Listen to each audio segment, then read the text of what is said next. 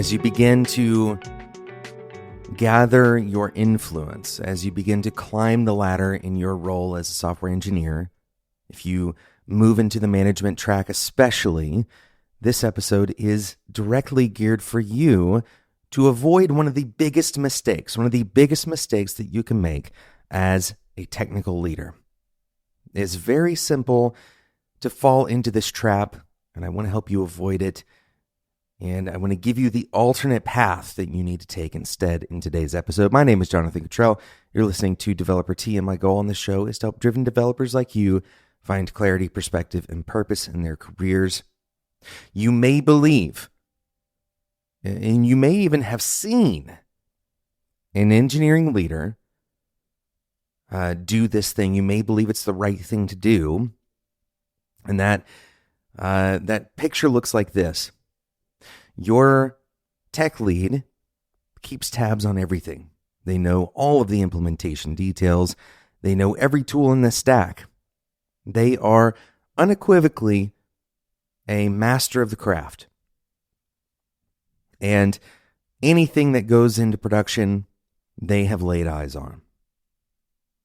This sounds like what we imagine at the beginning of our careers is the direction we need to head eventually. That we eventually need to be so aware of everything going on in the product that nothing can get past us. That we are the catch-all, the net. We are the safety mechanism. That everything that goes out has our fingerprints on it. And this makes sense intuitively because when we're early in our careers, people are telling us to do more of that. When you're a young software engineer, your manager might tell you to take ownership over something, to get involved in peer code reviews, or to design one of the bigger features, one of the implementations that is on the roadmap. And so it's intuitive to believe that if it worked back then I keep doing more of that, and I can continue growing. But the truth is significantly different from this. The truth is that one of the best things you can do is to give up control. Interestingly, this idea that you should be the master of the craft is somehow accidentally intertwined with an over-control. This means that once again, nothing goes out without your fingerprints on it. This means that nothing can go out without your fingerprints on it.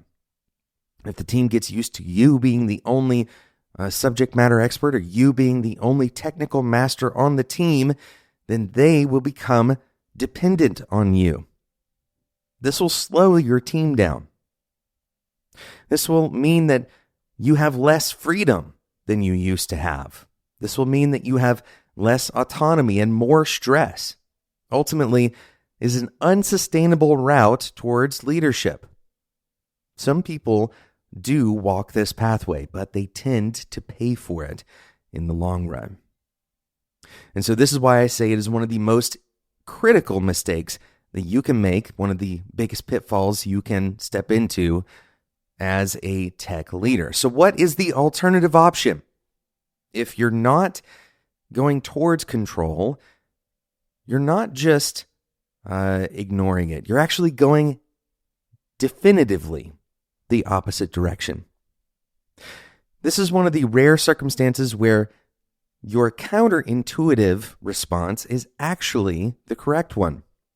The counterintuitive response here being to turn around and walk the exact opposite direction of control. What this means is that you are actively finding ways to let go of control of the things that you are leading. This is, once again, especially true for managers. You may believe that by letting go of control that something is going to go awry. And actually, that might be true. But that's also true if you have control. This is one of the most important lessons that you can learn as a manager. That is, just because another human is involved doesn't mean that there is a higher risk of failure. In fact, you may have been presenting a higher risk of failure than the second human. The fact that you are now spreading the knowledge, the fact that you are bringing other people into the technical know-how that you already have gained is increasing the likelihood, rather than decreasing the likelihood, that you're going to catch critical problems before they happen. By bringing people in and providing them the opportunity to develop their own responsibility, to work with autonomy, you are creating a better likelihood of success. This is because everybody has different skill sets. Of course, we know this. Of diversity of background, diversity of perspective, but you also now have more than one machine running. In other words, it's a bunch of parallel brains that are all caring about the delivery of this thing. It's not just your fingerprints that can sign off anymore. And so if you find yourself wanting to gain more control over the thing that you're building or over the team that you're leading, if you're trying to get more details than you really need to be able to make decisions at your level, stop yourself and ask why. Almost invariably, the answer comes down to one simple word: trust. Trust is your ability to let someone else fulfill a critical need for you. In this context, this is what trust means. Let me say it a slightly different way. For you to trust someone on your team, that means that you are not personally responsible for something that you will be directly affected by.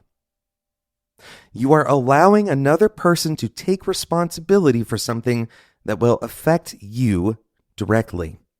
What this actually looks like in practice is that the organization is going to hold you, the manager or the tech lead, accountable for this work, even though you are not the one performing the work. And this is the disconnect that most people have a hard time understanding. Can I rely on other people to perform work that I am being held accountable for? Now, I want to be very clear that just because you can rely on other people to do the work doesn't mean that in every case you should be shuffling all of your responsibilities off onto other people. That is not what a good leader does. But instead, what you're looking to do is to change your responsibilities. So instead of you focusing on, for example, writing code as a manager, perhaps a more important thing you can be doing is thinking about the career path for all of your reports. But if you don't have time to do that because you are stuck focusing on delivering a feature that your team is responsible for, there is no one else who can be responsible for thinking about their career paths. In other words, the thing that only you can do is being dropped. Great leaders understand that this is the shape of gaining leverage. You take responsibility for the things that are uniquely suited or uniquely kind of limited to your role. And you give more responsibility to your team. You give up control. You walk exactly the opposite direction of control. You find ways to give up that control so that you can take responsibility for the things that are more important for you to be doing.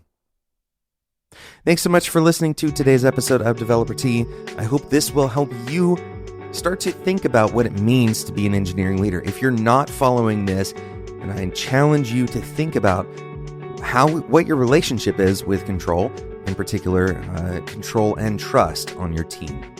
Thanks so much for listening to this episode. If you enjoyed this discussion, I'd encourage you to join us in the Developer Tea Discord community. Head over to developertea.com/Discord to join totally free today. Thanks for listening, and until next time, enjoy your tea.